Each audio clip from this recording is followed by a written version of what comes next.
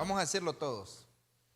Pues aunque andamos en la carne, no militamos según la carne, porque las armas de nuestras milicias no son carnales, sino poderosas en Dios para la destrucción de fortalezas y derribando argumentos y toda altivez que se levanta en contra del conocimiento y llevando todo pensamiento a la obediencia a Cristo. Toda desobediencia, ¿hasta cuándo? Cuando vuestra obediencia sea perfecta. Correcto, aprendámoslo bien. Dice 2 Corintios 10, ¿por qué Pablo llega a ese asunto de las armas espirituales? Yo, Pablo, os ruego por la mansedumbre y ternura de Cristo, yo que estando presente ciertamente soy humilde entre vosotros, mas ausente soy osado para con vosotros. Ruego pues que cuando esté presente no tenga que usar de aquella osadía con que estoy dispuesto a proceder resueltamente contra algunos que nos tienen como si anduviésemos en la carne. ¿Qué es lo que está diciendo el apóstol Pablo? ¿Qué era lo que andaban diciendo de Pablo y de los apóstoles? Que eran carnales, que ellos andaban en la carne. No, si Pablo anda en la carne, no, si lo que hace Pablo es carnal. ¿Por qué creen que ellos pensaban que lo que hacían los apóstoles era carnal? ¿Por qué creen que ellos pensaban que era mundano lo que ellos hacían? ¿Ah? Exactamente, porque Pablo y los apóstoles no hacían las cosas apegados 100% a la ley, porque ellos eran los apóstoles de la gracia, los apóstoles de la iglesia. Entonces, los apóstoles de Cristo, ellos tenían que enseñar. Jesucristo vivió conforme a la ley, pero los apóstoles tenían que enseñar la gracia, no el antiguo pacto, sino la gracia. Entonces el apóstol Pablo permitía algunas cosas que no eran permitidos según la ley. Por ejemplo, Pablo les decía, no, pueden comer cerdo, pueden comer garrobo, pueden comer conejo, solo oren por ello, solo santifíquenlo, solo consagren. Entonces ellos decían, este hombre anda en la carne. ¿Cómo le va a decir a la gente que coman carne de chancho? ¿Cómo le va a decir a la gente que hagan eso? Entonces Pablo venía y les decía, derribaba. Precisamente Pablo lo que hacía era, apegado a la unción, apegado al poder del Espíritu Santo, el apóstol Pablo hacía cosas que no eran comunes para ellos, como suele pasar hoy en día. En lo apostólico, en lo profético, se hacen cosas que según la ley y la tradición, lo que ha pasado, la tradición es una cultura que viene de generación en generación. Una tradición es una cultura que viene de generación en generación. Pero los apóstoles hacían un cortocircuito, rompían ese asunto y empezaban a hacer cosas que no estaban de acuerdo a lo que decía la ley. Por ejemplo, la ley decía que las mujeres que tuviesen su periodo menstrual, por ejemplo, cosas como esas, no podían ir al templo porque iban a contaminar todo lo que tocaran. Donde se sentaran iba a estar contaminado, lo que tocaran iba a estar contaminado, iba a estar inmundo. Pero de acuerdo a los apóstoles, hubo una mujer que al apóstol de apóstoles no fue con la menstruación, sino que con un cáncer en la matriz posiblemente. Una mujer que ante la sociedad era inmunda, no tenía por qué acercarse, tocó el borde del manto del apóstol. ¿Cuál apóstol? Jesucristo, el apóstol y pastor de nuestras almas, dice la Biblia. Entonces ella tocó el manto de Jesús. Le pregunto, ¿contaminó a Jesús? No, al contrario, recibió una impartición. Entonces lo apostólico, lo profético, desacomoda y acomoda. Desacomoda y acomoda. Por ejemplo, de acuerdo a la tradición, si usted no está bautizado, si usted no está casado, si usted no está, si usted todavía no es un miembro activo en la iglesia, usted no puede, le llaman ellos privilegio. O sea que si usted no ha recibido la doctrina, por ejemplo, usted no puede ser bautizado. Entonces, en lo apostólico vemos que estamos volviendo a los diseños de acuerdo a Jesucristo. Jesucristo, por ejemplo, los fariseos condenaban a un montón de personas, pero Jesucristo les botaba los argumentos, derribaba los argumentos que le quería impedir a la gente entrar al reino de los cielos. Por eso Jesucristo les dijo: hipócritas, no entran ustedes ni dejan entrar a los que quieren entrar. Hoy vemos según una tradición, no, y le dan privilegio, sí, y es bautizado. No, pues ustedes están mal, porque primero tiene que bautizarse para poder tener privilegio. Alguien me hacía una pregunta y me decía: pastor, pero de la iglesia donde yo vengo, por eso miren, una vez más les voy a recordar, no anden invitando gente al ministerio que ya se está congregando en otro lado. No anden ganándose gente o trayendo gente que ya se está congregando. Si anda descarriado, comiendo algarrobas y revolcado en el cieno, está bien. Tenemos que restaurarle. La Biblia dice que el que rescata un alma cubrirá multitud de pecados. Pero si alguien ya se está congregando, no, mejor vámonos para mi iglesia. Usted no haga eso, salvo que la persona no esté activa en una iglesia o algo, porque ya viene con esas costumbres. Y con lo que más problema tenemos los pastores es con gente que ya viene con el disco y para remate no es regrabable. ¿Entienden eso? O sea, pero es que a mí me enseñaron tal cosa, pero es que a mí me enseñaron. Entonces una persona se me acercaba y me decía: pastor, pero en la iglesia donde yo iba, me dice, yo miro que aquí las personas tienen privilegio y algunos no son ni bautizados. ¿Y por qué le dan privilegio a gente que no es bautizada?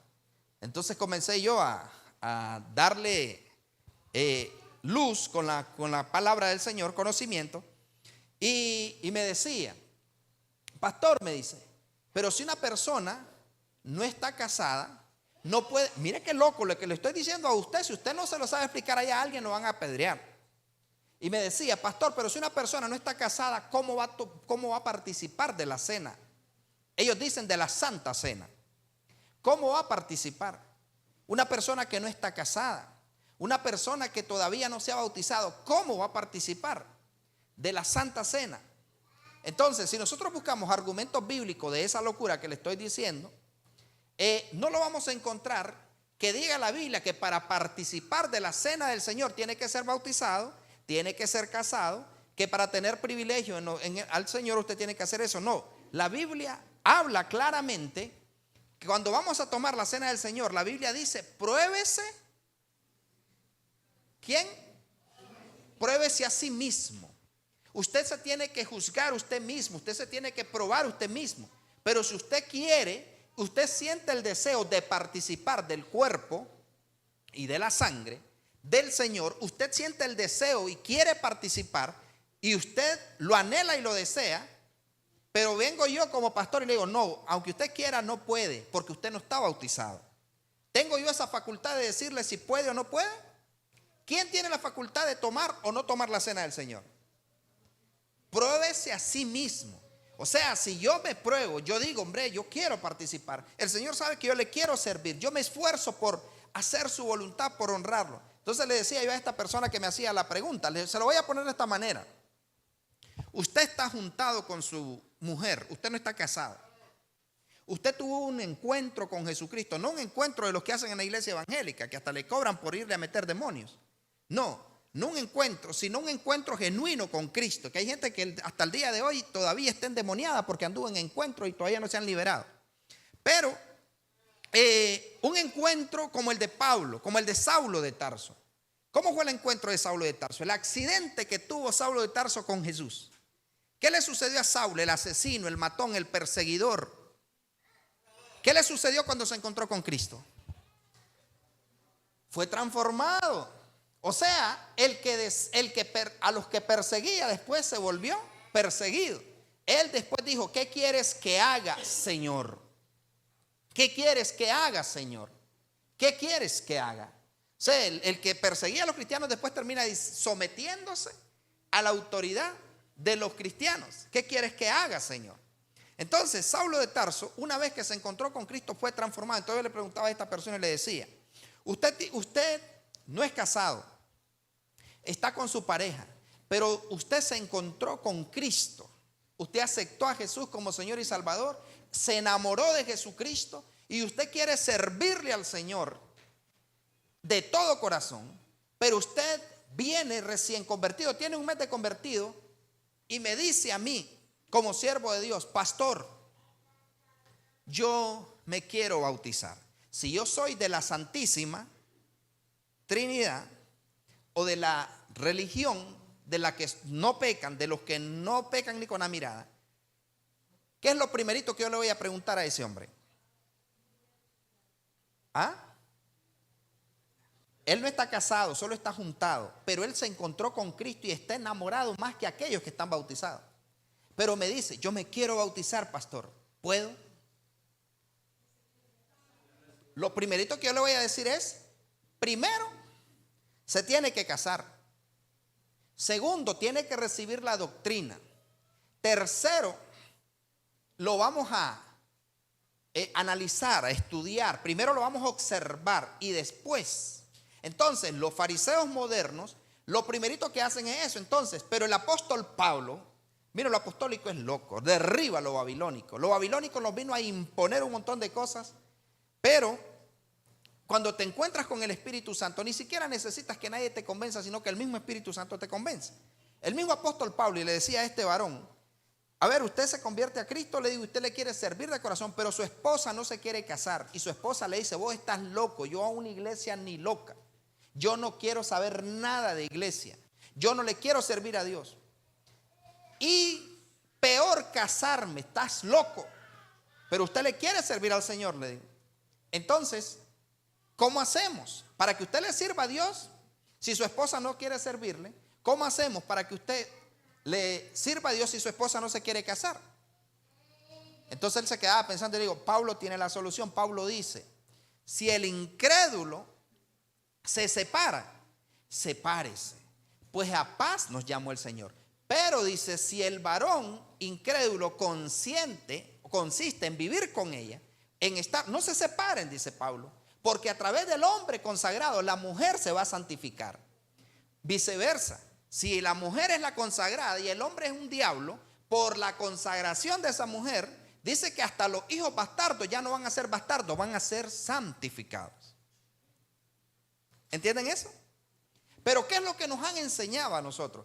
Que incluso hay gente que critica al ministerio y dice, no, es que ahí te permiten hacer todo. Un momento, no es que te permiten hacer todo.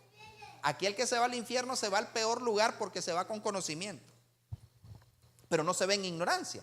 Pero el asunto es este, que el apóstol, yo no sé si lo tenemos, dice Pablo, pero los que están unidos en matrimonio, mando no yo, sino no antes, hablemos de los que solo están juntados. Dice, digo pues a los solteros y a las viudas, que bueno les fuera quedarse como yo. Pero si no tiene don de continencia, cásense. A ver, aquellos que solo se chacobean y ni siquiera le ha dicho que se va a casar con ella o con él. Cásense, pues mejor es casarse que estarse quemando. Pero los que están unidos en matrimonio, mando no yo, sino el Señor. No, aquí estamos hablando de los del matrimonio. Que la mujer no se separe del marido. A ver, donde dice, si el incrédulo se separa, dice, porque el marido incrédulo es santificado en la mujer y la mujer incrédula en el marido, pues de otra manera vuestros hijos serían inmundos, mientras que ahora, ¿cómo son? Santos. ¿Por qué? A ver, pero si el marido incrédulo se separa, sepárese, pues. Pero si el incrédulo dice se separa, sepárese, pues no está el hermano o la hermana sujeto a servidumbre en semejante caso, sino que a paz nos llamó el Señor. Pero Pablo, ¿qué opción está dando aquí? Cuando un hombre no le quiere servir a Dios, pero la mujer está deseosa de servirle al Señor. ¿La sentamos? Y esperamos que el marido se case. Dice, no le impida servirle al Señor. No le impida. Hay muchos, aún en el ministerio, en Condega, en Sébaco, aquí en Estelí, han habido matrimonios que el hombre no quería saber nada, ni que siquiera se quería casar, pero la mujer se consagró, se metió con Dios Entonces, terminaron cediendo que tenían que casarse. ¿Por qué? Por la santificación de la mujer o por la santificación del varón. Pero el apóstol Pablo aquí lo que está, ¿por qué le están diciendo? Quiero que usted vaya entendiendo por qué decían que Pablo andaba en la carne. Porque Pablo hacía cosas como esas. Le decía, por ejemplo, ¿querés tomar la cena del Señor? Pablo, pero es que dicen los fariseos que yo no me he bautizado. Yo todavía no he ido a un encuentro y por eso no he ido a la academia, por eso no puedo tener privilegio. ¿Cuál encuentro y academia? Le dice Pablo. ¿Crees en Cristo? Sí, venga para acá. ¿Está entendiendo eso? Entonces, ¿crees en Cristo? Entonces, ¿cuál es el requisito que el Señor nos da para bautizarnos? Que crea. ¿Usted cree que Juan el Bautista, cuando estaba bautizando, le decía, Juan, me quiero bautizar? ¿Sos casado? ¿Divorciado? ¿Juntado? ¿Separado? ¿Estaba él entrevistándole? No. Dice que la misma gente venía y confesaba sus pecados, pero venían ellos y eran bautizados inmediatamente. Y muchos de ellos, incluso leímos en la Escritura, en el pasaje que estaban leyendo hoy en Números, se fijaron qué decía de los que no querían participar de la cena del Señor cuando era tiempo. ¿Leyeron en Números? Que dice que los que no participaran iban a ser cortados. A Satanás le conviene que la gente no tome la cena. A Satanás le conviene que la gente no se bautice, porque cuando usted está siendo bautizado, usted está sepultando los pactos, las maldiciones, todo lo que usted hizo, usted lo está sepultando por medio del bautismo. Usted está naciendo de nuevo, pero después usted tiene que venir a ser perfeccionado. ¿Entienden eso? Entonces, tiene que venir a ver, ¿cuántos de ustedes ya son perfectos? ¿Y por qué toman la cena si ustedes no son perfectos todavía? ¿Por qué? Porque son justificados por la fe en Cristo Jesús. Son santos, son santificados en Cristo Jesús, nuestro esposo, nuestro marido. Porque somos la iglesia, ¿verdad? Entonces Cristo nos santificó a nosotros, pero dejó el trabajo a la iglesia, a los apóstoles, profetas, evangelistas, pastores y maestros, de perfeccionarlos a ustedes. Pero perfectos no son. O sea que de acuerdo a los estándares de los saduceos, los fariseos y de la iglesia aquella, ¿cómo es que se llama? Ustedes no podrían tener privilegio, ustedes no podrían participar. Hay gente que dice, es que viera cómo cuida el púlpito. Uy, ese hombre cuida el púlpito, pero le pega a la mujer. La mujer aguanta hambre, anda descalza, anda con harapos. Usted nunca lo ve en una reunión con su mujer.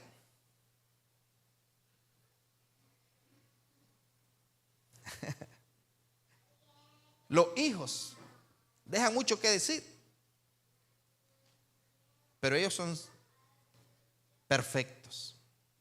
Entonces el apóstol Pablo estaba haciendo cosas que dicen, este hombre anda en la carne, pero me gusta Pablo. Pablo era del ministerio de fuego. Pero viene Pablo y dice, mire qué rico lo que dice Pablo en el verso 2.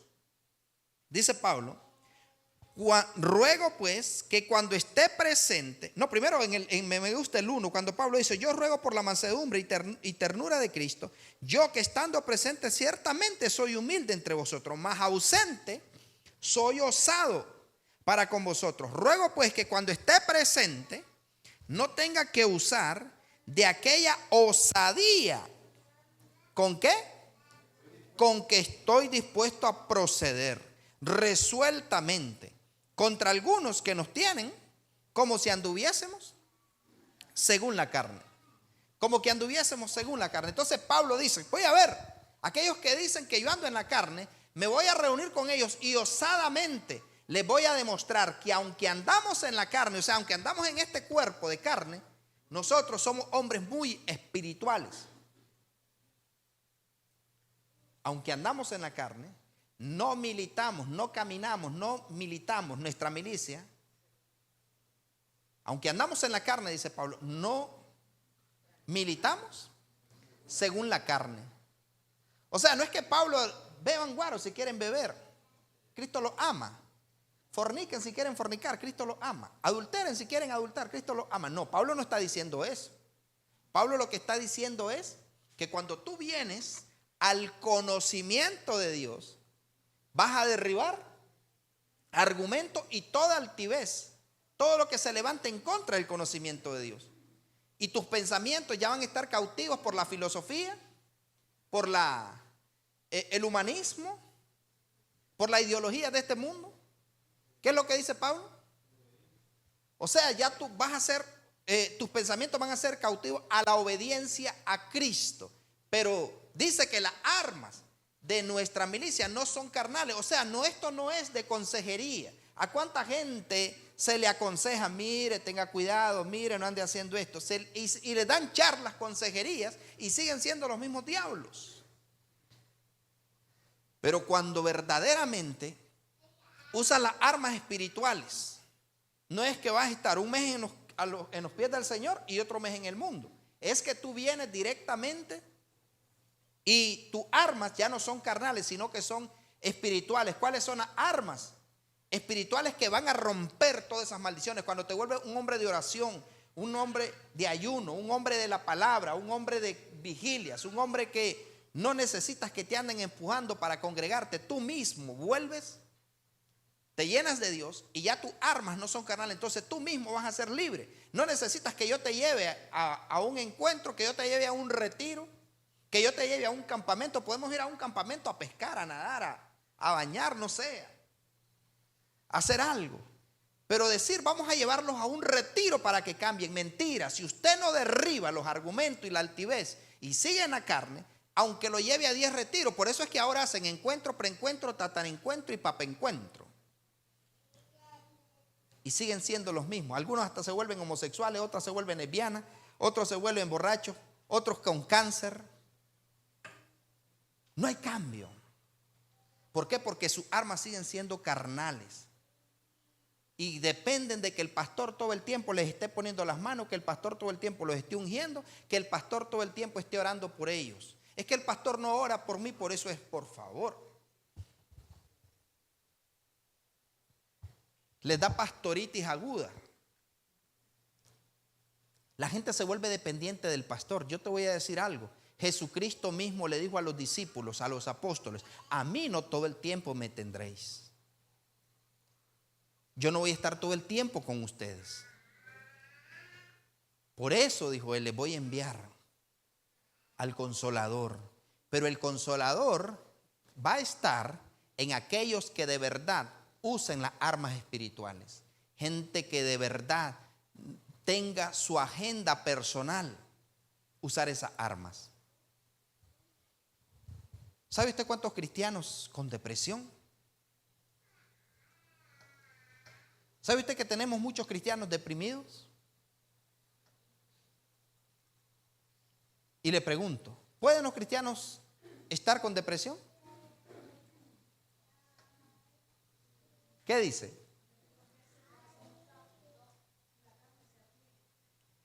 ¿Están viendo lo que ella está diciendo? Pero ella es nueva, le vamos a derribar esos argumentos. Entonces ella, miren lo que está diciendo ahorita, ya está bien que haya hablado. Somos carne, dice. ¿Y qué es lo que dice aquí? Aunque andamos en la carne. No, yo no puedo militar en la carne. Entonces, la depresión, el desánimo, el que es que yo no puedo dejar de tomar, es que viera, dejo 15 días de fumar y vuelvo a caer en el cigarro. Eso no es de consejería, eso no es de Alcohólicos y Anónimos, eso no es de hombres de negocios. Esto es de armas espirituales. Hombres y mujeres que se levanten en armas.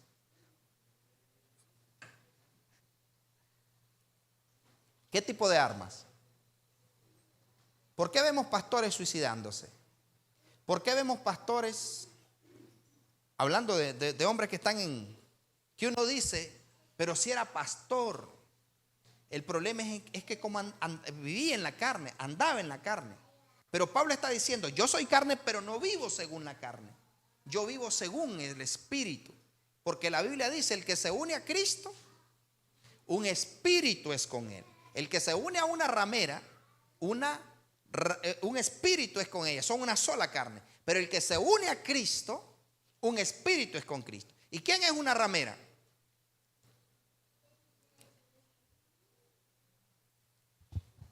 ¿A quién cree que la Biblia le llama ramera? Esa es la gran ramera. Porque le dicen sentate y se acuesta. Una ramera. Por ejemplo, yo tenía el concepto que una persona alcohólica era alguien que tomaba diariamente. Ese es un enfermo alcohólico. Para mí ese era el concepto. Y incluso me lo enseñaron cuando estaba estudiando psicología. Pero en una maestría, en una de las clases que nos dieron de salud mental y adicciones, nos enseñaban los máster a nosotros y nos decían: un alcohólico es aquel que se echa un trago. Ese es un alcohólico porque ya contaminó su sangre. Con un trago ya es alcohólico. Con un trago ya es un alcohólico. Una persona que se toma un trago ya es un alcohólico. Entonces una mujer que se acuesta con el que no es el marido, ¿cómo la mira Dios? Ya es una del rama. Entonces, el asunto es que allí tenemos que darnos cuenta de este asunto, que cuando venimos y usamos la arma, o sea, nosotros estamos, por eso Jesucristo dijo, mire qué hermosa que es la palabra de Dios. Jesucristo dijo: están en el mundo, pero no son del mundo. No te pido que los saques del mundo, no te pido sino que los guardes del mal. Están en el mundo, pero no son del mundo. O sea, estamos en esta carne, pero no tenemos que operar según la carne. O sea, nosotros no tenemos derecho a vivir como vive la gente de este mundo. Nosotros tenemos que levantarnos con armas espirituales. No podemos dejar que el enemigo nos pisotee. Es que estoy deprimido. Hay gente que incluso, yo he orado por gente que está en una silla de ruedas y dice: es que si la voluntad de Dios es que yo esté en esta silla de ruedas, gloria a Dios. Le pregunto, ¿será esa la voluntad de Dios? Es que si la voluntad de Dios es que el cáncer, pues, si esa es la voluntad de Dios, entonces, si es la voluntad de Dios es que tengas, bueno, no que tengas, que alguien tenga cáncer, que alguien sea diabético, que alguien tenga una enfermedad incurable, si esa es la voluntad de Dios, ¿para qué murió Cristo? ¿Para qué murió Cristo? ¿En vano murió Jesús? Dice la Escritura que Él llevó, ¿qué cosa? ¿Qué se llevó Jesús?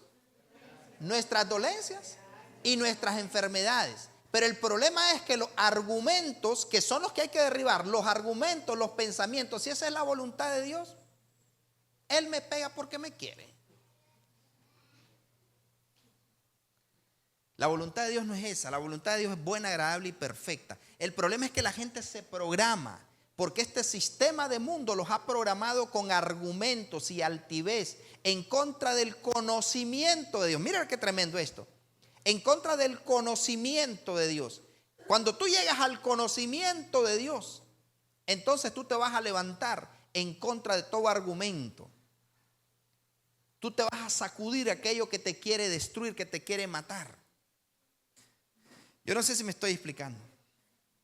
Pero el mundo, y hablaba con Daniel y me decía, Daniel II. Me decía Daniel, ¿qué se hizo Daniel? Allá está, escondido, porque con casco. Daniel me hacía una pregunta sobre los muertos y me decía el pastor, quiere decir que ustedes me mencionaba a él, y lo uso de ejemplo porque es propicio este asunto.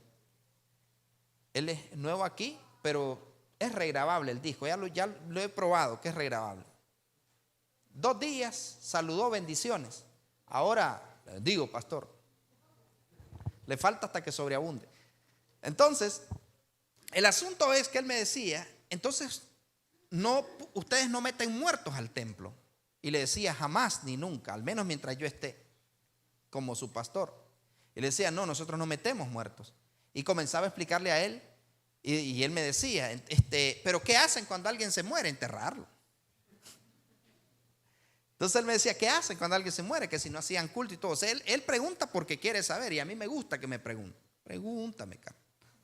Entonces, pero en buena onda él me decía, entonces ¿qué hacen? No, le digo, normal, yo voy, recogemos una siembra o del fondo social, le damos a la persona, porque al final, por más que le digamos, no vamos a hacer nada.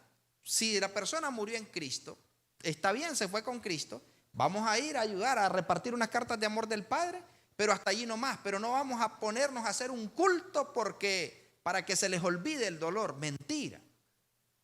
El dolor se va a olvidar sepultándolo instantáneamente tras de que murió, a como debe de ser. Pero yo le decía a él, ¿cómo vamos a contrarrestar ese sistema o esa programación que hizo este mundo si socialmente la misma iglesia cristiana programó a la gente que cuando alguien se muere hay que velarlo y hay que dar café, hay que dar pan y hay que dar nacatamales y hay que comer en la vela y si es posible hay que velarlo 3 días esperando que venga el familiar, que yo no sé si es que lo viene a resucitar,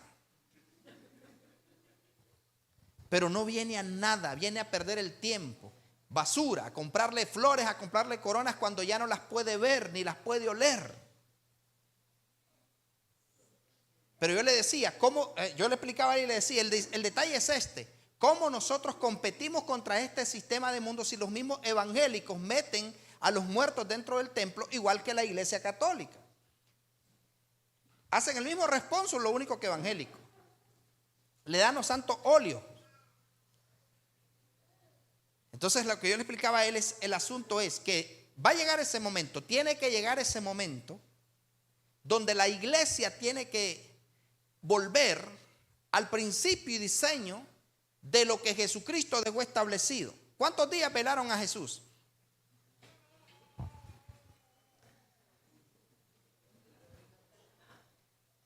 Jesucristo, tras de que murió, inmediatamente lo fueron a sepultar. Moisés, inmediatamente lo fueron a sepultar. Todos los hombres, los patriarcas morían, eran sepultados. Pero la iglesia, la gran ramera, programó a la iglesia evangélica y muchos cristianos son títeres del sistema. Y esos son los argumentos que nosotros tenemos que derribar. Entonces, ¿qué es lo que sucede? Que ellos prohíben cosas que Dios permite y permiten cosas que Dios prohíbe. Los vemos a ellos. Por ejemplo, si tú no estás doctrinado no te puedes bautizar, pero celebremos el día de esto, celebremos.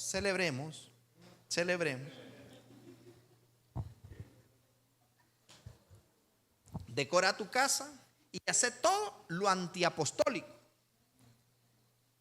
Pero el punto es que el apóstol Pablo dice, las armas de nosotros no son carnales. Entonces, cada cristiano debe de militar ¿en qué? ¿Qué debe de hacer cada cristiano? Derribar argumentos y toda altivez que se levanta contra el conocimiento. La gente se programa al sistema de este mundo. Se programa, ¿no? Que tiene que vivir de acuerdo a todo mundo. Hay cristianos incluso que dicen, si vos no te endeudas, no tenés nada. Pero viene Dios y te dice, prestarás a otros y no pedirás prestado. Pero a veces como que llegamos a ese punto donde los argumentos pueden más que las armas espirituales. Entonces ahí es donde nosotros nos tenemos que levantar y llegar a ese momento donde la iglesia tiene que ser la envidia del mundo, no el mundo la envidia de la iglesia. No entendimos, ¿verdad?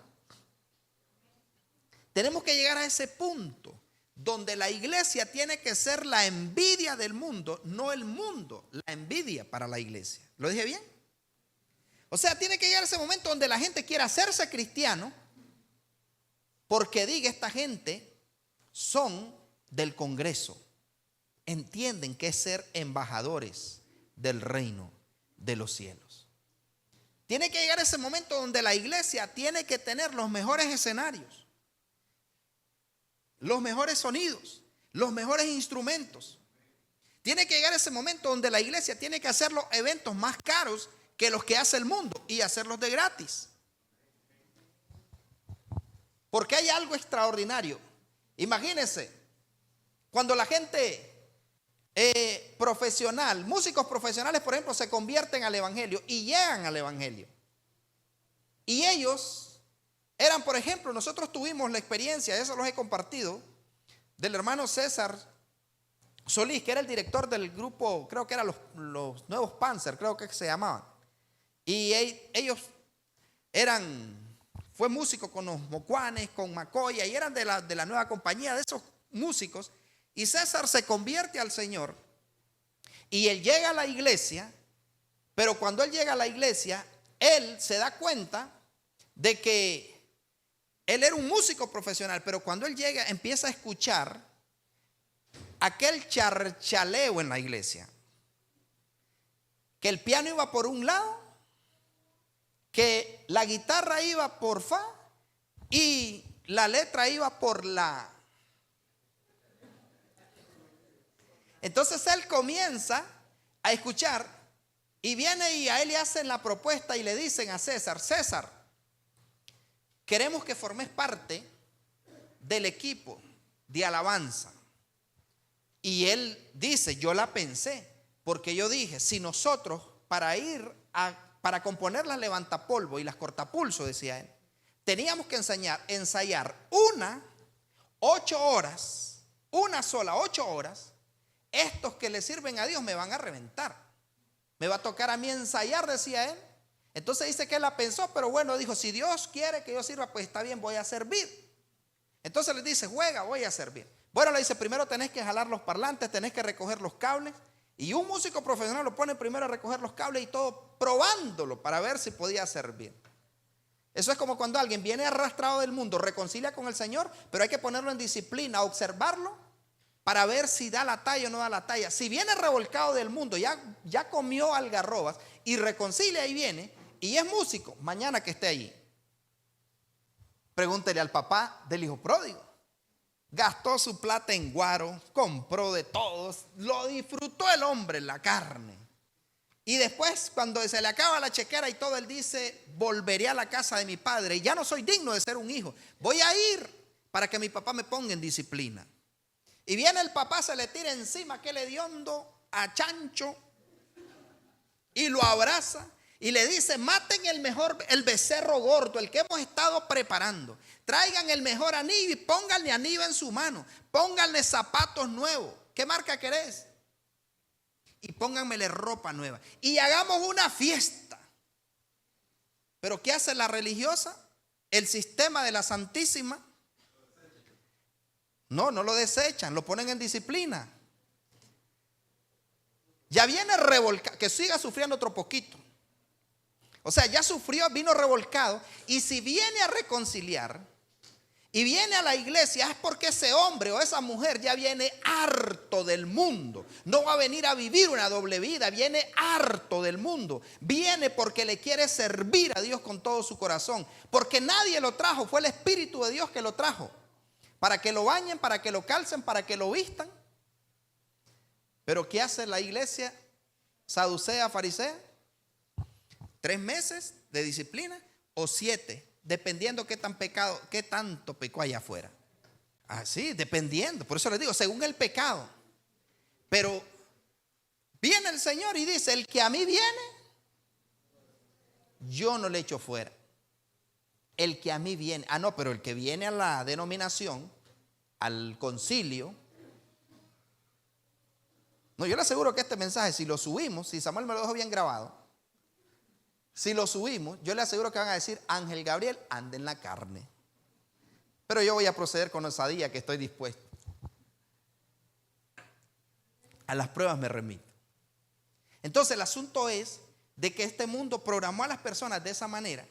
Y César dice que cuando llegó, bueno, él dijo: bueno, aquí me van a sacar el jugo.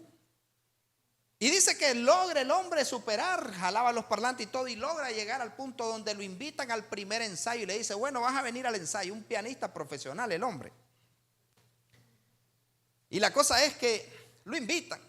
Y dice que cuando le dicen a él: vamos a ensayar para el culto, creo que era el culto del domingo, vamos a ensayar para el culto del domingo.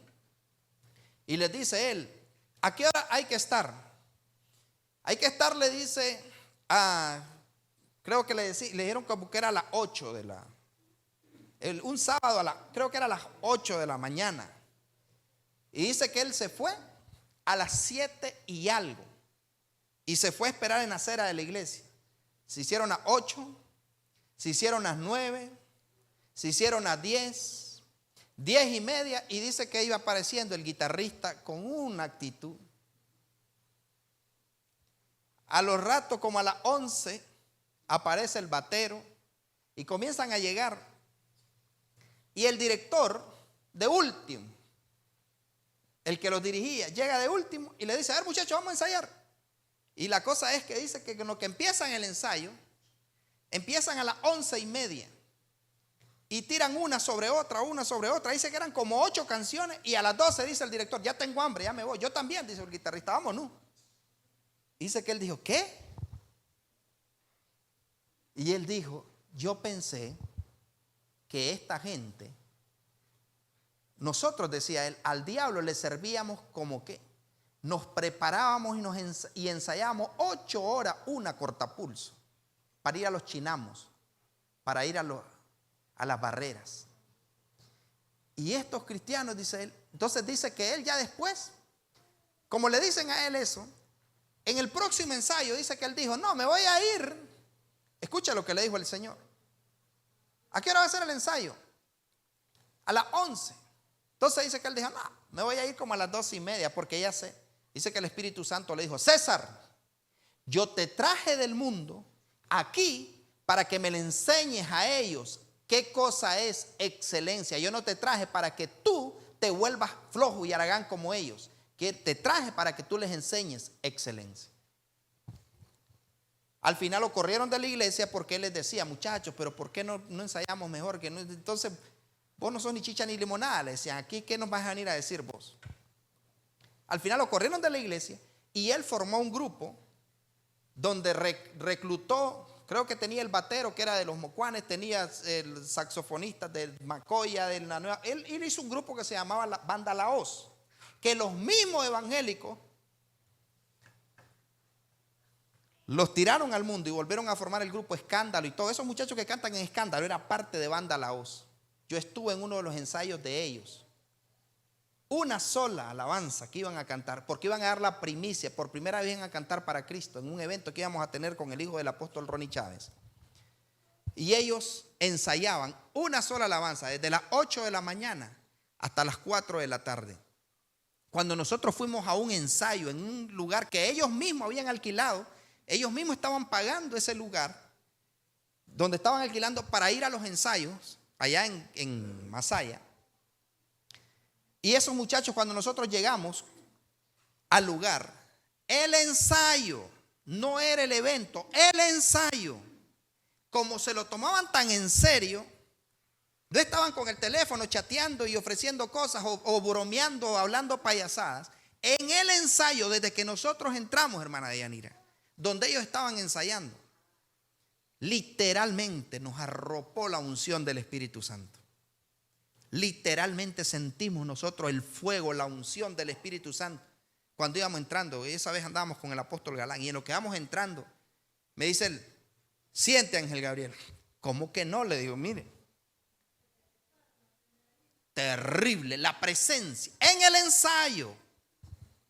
Porque sabe que muchos músicos, aquí no, pero muchos salmistas creen que el ensayo es para ir a bromear, para estar comiendo chicle, estar hablando payasadas, estarse empujando y estarse manoseando. No, el ensayo es una preparación de una ofrenda a Dios. Danzoras, el ensayo. Chofaristas, el ensayo. Pero ¿cómo es ensayo? Y terrible que el momento que ellos estaban, nosotros escuchábamos esa alabanza, Mariela, como perfecto, como que era el disco.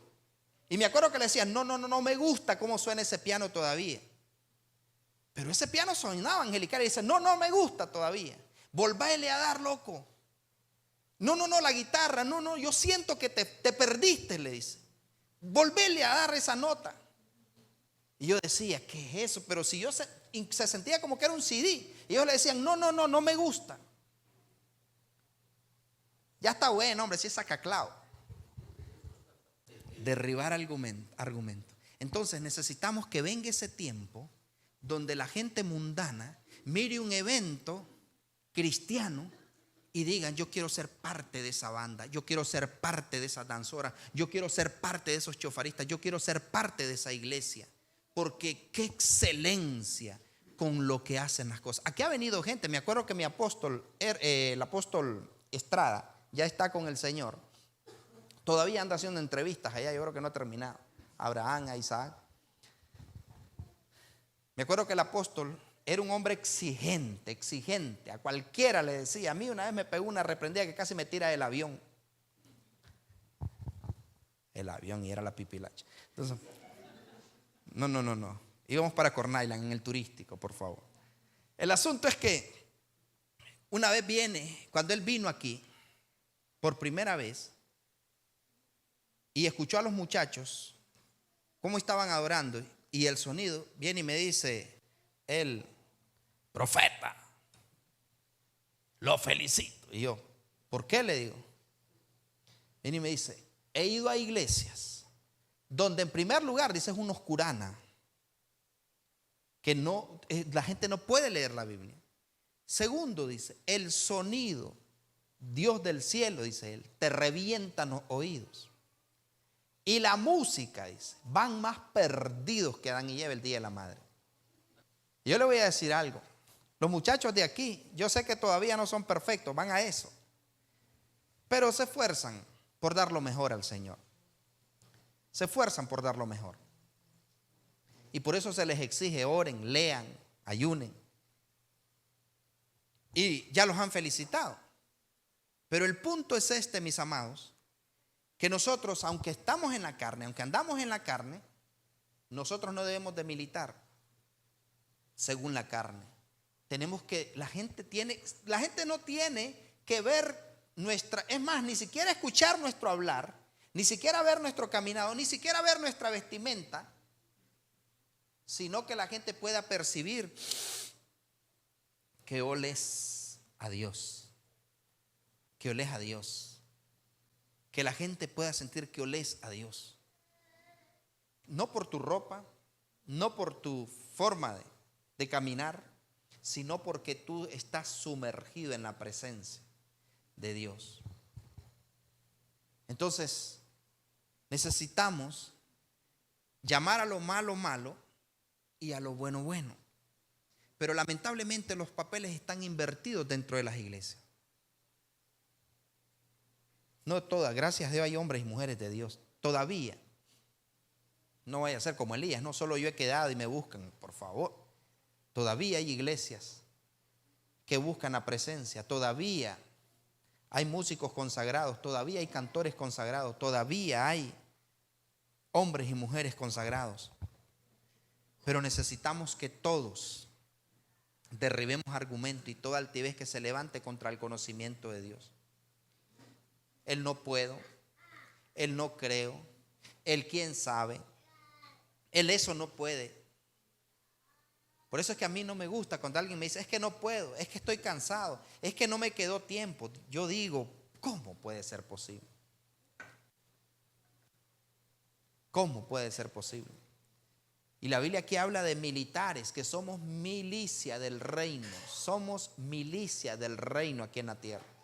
Entonces nosotros debemos de ser los de la primera línea, que representemos a Dios correctamente, que derribemos todo argumento y toda altivez.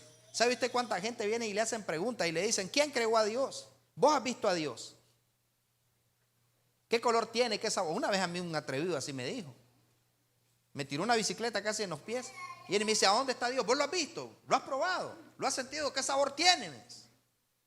Y claro, yo en esos días había terminado unos ayunos buenísimos y vengo y le digo, ahí nomás, me pongo de pies y lo quedo oyendo porque era. Y le digo a él, claro, primero, ¿no? Ato al hombre fuerte y a su soberano y llevo cautivo los pensamientos a la obediencia a Cristo. Y vengo y le digo, te voy a decir una cosa, Dios es real y Él vive dentro de mí, su presencia está conmigo. Y claro que Dios existe, no lo he probado, no lo he comido, no tiene sabor ni nada, pero tiene poder. Y la cosa es que de repente viene y me dice, no hombre, me dice él, ¿y dónde es la iglesia? No, dice él, yo voy a buscar de Dios y que no sé qué y que no sé cuánto. Claro, yo estaba viendo la bicicleta, a ver si la tiraba encima, si no funcionaba la fe. Pero necesitamos esto, termino con esto. Yo no sé si hasta aquí usted lo entendió y se va a aprender ese texto bien.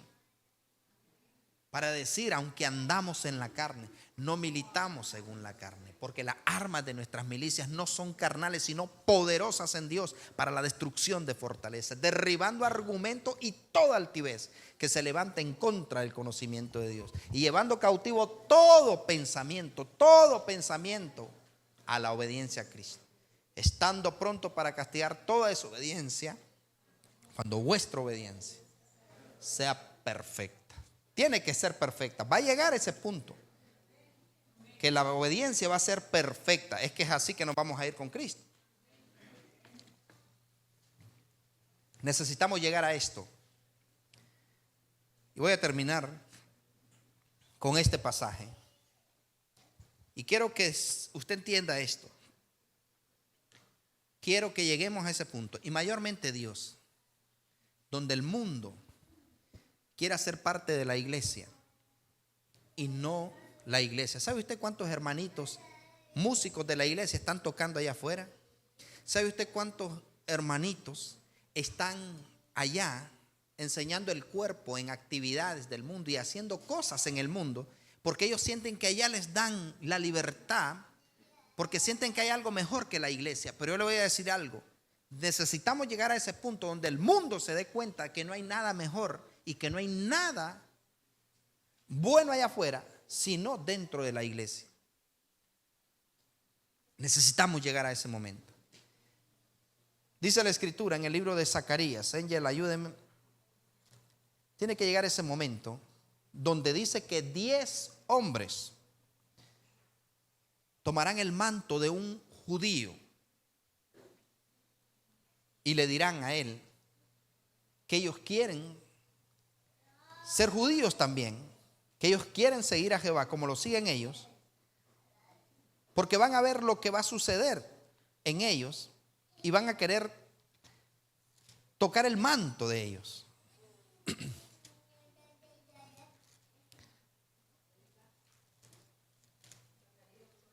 Zacarías 8:23, vea lo que dice. A eso vamos. Así ha dicho Jehová de los ejércitos: en aquellos días acontecerá que 10 hombres de las naciones de toda lengua tomarán del manto a un judío diciendo: iremos con vosotros, porque hemos oído que Dios está con vosotros. 10 hombres de las naciones de toda lengua van a querer tocar el manto. Vamos a ir con vosotros, no va a haber necesidad. Vamos a la iglesia, te voy a invitar a un asado. Dale, después te voy a llevar a cenar y vamos a la iglesia. O al hombre de negocio, va a haber cena, vamos. No. Ellos nos van a decir a nosotros: quiero ir contigo porque he visto que Jehová está contigo. No, hombre, es que mire el pastor. No, yo quiero ir contigo. ¿En qué día va a ser eso? Los días postreros. Estos son los días de Elías, los días de gloria, los días donde gente que no milita según la carne, gente que aunque anda en la carne no milita según la carne, va a llegar ese momento donde la gente no va a decir: para ser cristiano como ese mejor no soy nada, sino que la gente va a decir, va a querer agarrar el manto. ¿Y cuál es el manto? ¿Qué representa el manto? Tu cobertura, o sea, la cobertura. Van a querer ser arropados con esa misma unción, con ese mismo manto. Te van a seguir porque van a ver que Jehová está contigo. No van a tener desconfianza, no van a decir: ¿será cierto que es cristiano? Porque hoy en día la gente se deja llevar porque les mira una Biblia en la mano. No. Cuando te vean que Jehová está contigo.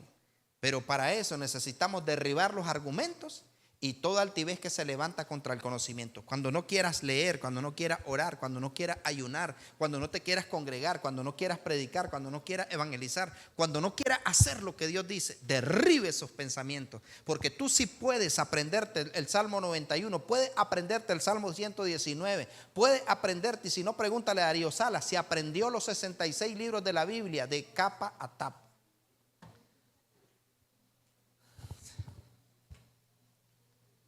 Tanto así que ha sido un chiste que alguien lo llevó y se fue a un bache y pegó la cabeza en el techo del carro y él dijo: a saber cuántos textos se me salieron. Se sabía la Biblia de memoria.